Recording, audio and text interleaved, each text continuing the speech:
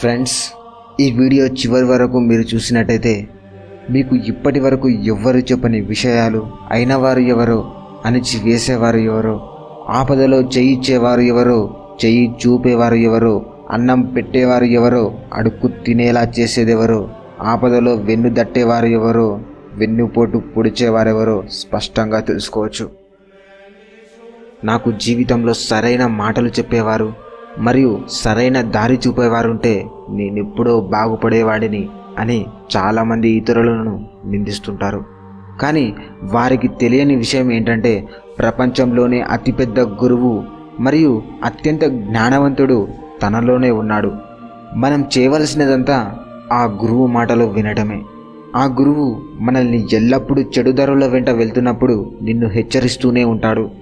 ఏది మంచి మరియు ఏది చెడు అని చెబుతూనే ఉంటాడు.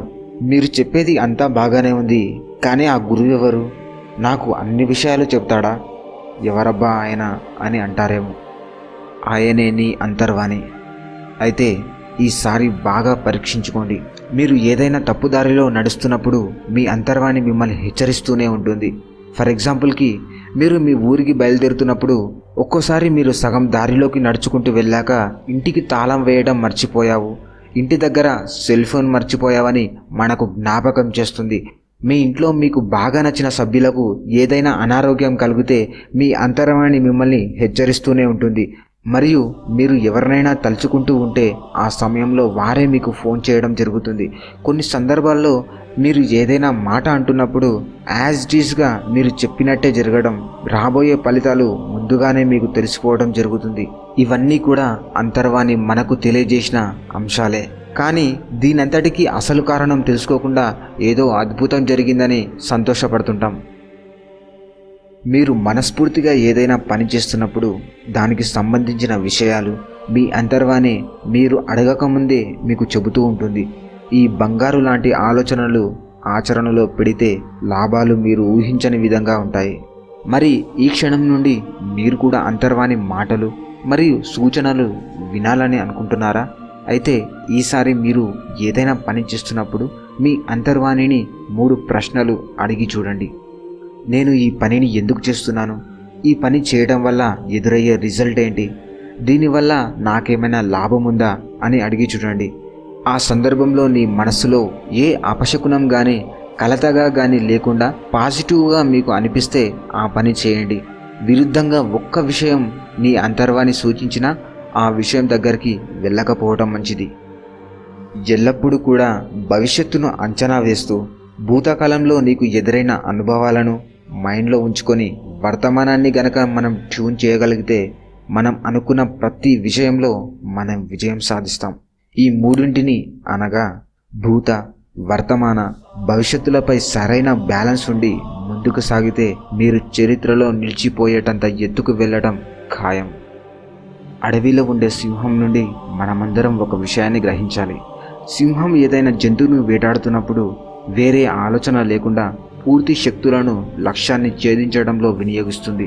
మనం కూడా ఏదైనా టార్గెట్ ఉంచుకున్నప్పుడు మనస్ఫూర్తిగా 100% ఎఫర్ట్ చేయకుండా మధ్యలోనే మరో విషయంపైకి మనసును తప్పించడం జరుగుతుంది. తర్వాత చేద్దాంలే, ఇంకా చాలా టైం ఉంది కదా అని నిర్లక్ష్యం చేస్తాం. ఫలితంగా మనం అపజయం మరియు అవమానాలను ఎదుర్కోవాల్సి వస్తుంది. ఏదైనా రంగంలో సక్సెస్ అయిన వారిని ఒక్కసారి గమనించండి. వారు ఎప్పుడు కూడా వాళ్ళ టార్గెట్ని చేరుకునే దారిలో వారి మాట, వారి ఆలోచన అన్నీ కూడా వాళ్ళ టార్గెట్కి రిలేటెడ్గా ఉంటాయి. వారికి వేరే ప్రపంచం లేదన్నట్టుగా వాళ్ళ కార్యంలోనే తనములకలై ఉంటారు. జీవితం అనేది చాలా చిన్నది. చిన్న చిన్న తప్పులు చేసి వాటి నుండి గుణపాఠాలు నేర్చుకోవడానికే జీవితం సగభాగం అయిపోతుంది. కావున ఇతరులు చేసిన తప్పిదాల నుండి చాలా నేర్చుకోవచ్చు. వారు చేసిన తప్పే మీరు కూడా మీ జీవితంలో చేయకుండా సంతోషంగా బ్రతకాలి. నీ శత్రువును ఎప్పుడు కూడా నమ్మకు. వారు ఎల్లప్పుడూ నీకు హాని చేయడానికే ప్రయత్నిస్తుంటారు. వారు నీవు సంతోషంగా ఉంటే చూసి సహించలేరు. వారు నీవు దుఃఖాన్ని అలిగిన వారితో స్నేహం చేసినా వర్తిస్తుంది. నీవు ఢీ కొట్టే ముందుగానే వారి బలాలను మన బలాలను బేరీజు వేసుకోవాలి. ఒకవేళ బలం సరిపోకపోతే బలం పెంచుకొని అదును చూసి పరోక్షంగా దెబ్బ కొట్టాలి. ఇది తెలివివంతుల లక్షణం. కాదు అని పౌరుషానికి పోయి వారితో తగాదా పడితే నీకు మిగిలేది అవమానం మరియు అపహాస్యం తప్ప ఏం ఉండదు. ఎప్పుడు కూడా ప్రత్యక్షంగా శత్రువును ఢీకొట్టరాదు. ఉదాహరణకు, నిన్ను చీమలు కుట్టినప్పుడు పౌరుషానికి పోయి ప్రత్యక్షంగా పుట్టలో నీ చెయ్యి పెడితే ఆ చీమలు వాటి పగ తీరేలా నీ చెయ్యి వాసేలా కుడతాయి.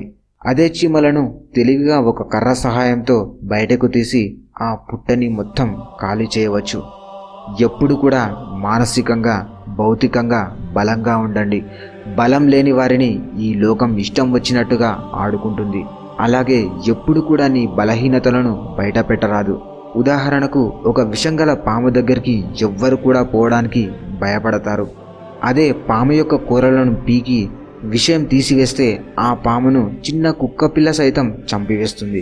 అదే బలానికి ఉన్న గొప్పతనం. ఎప్పుడు కూడా మిమ్మల్ని అపహాస్యం చేసే వారి దగ్గరికి, మిమ్మల్ని చిన్నచూపు చూసే వారి దగ్గరికి, మిమ్మల్ని చీదరించుకునే వారి దగ్గరికి వెళ్ళకండి. ఒకవేళ వెళ్తే మీ మనసు చిన్నబోయి మీరు కొంత బాధను మూటకట్టుకోవాల్సి వస్తుంది. మీ ఇంట్లో రహస్యాలను, భార్య పరాయి మొగాడు ఉంటున్న ఇంట్లో నది ఒడ్డున గల చెట్లు తక్షణ వినాశనానికి గురవుతాయి. ఒక మనిషి మనతో స్నేహపూర్వకంగా ఉంటున్నాడంటే మన నుండి ఏదో ఒకటి ఆశిస్తున్నాడన్న సంగతి మరవద్దు. ఒక విద్యార్థి తనకు పూర్తిగా జ్ఞానం అందే వరకే గురువు గారి దగ్గరికి తరచుగా వస్తుంటాడు. శుభకార్యాలకు మంత్రాలు చదివే పండితుడు కార్యం తర్వాత తగిన ప్రతిఫలం పొందిన వెంటనే అక్కడి నుండి వెళ్ళిపోవడం జరుగుతుంది. పక్షులు ఒక చెట్టు పచ్చగా ఉన్నంత వరకే ఆ చెట్టుపై నివసిస్తాయి.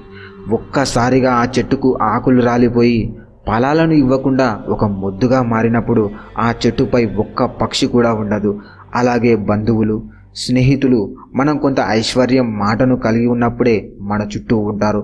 వాళ్ళ అవసరం తీరిన వెంటనే లేదా మీరు కఠిన పేదరికాన్ని అనుభవిస్తున్నప్పుడు మీ చుట్టూ ఉండేవారు మెల్లిమెల్లిగా అక్కడి నుండి వెళ్ళిపోవటం జరుగుతుంది. ఫ్రెండ్స్, ఇలాంటి మరెన్నో ఒళ్ళు గగుర్లు పుట్టించే నిజాలను తెలుసుకోవడం కోసం మన ఛానల్ని సబ్స్క్రైబ్ చేసుకోండి. ఇది ఫ్రెండ్స్, ఈ రోజుకి ఈ కొత్త విషయం. మరో రోజు మరో కొత్త విషయంతో మీ ముందుట. అంతవరకు సెలవు తీసుకుంటూ మీ స్నేహితుడు.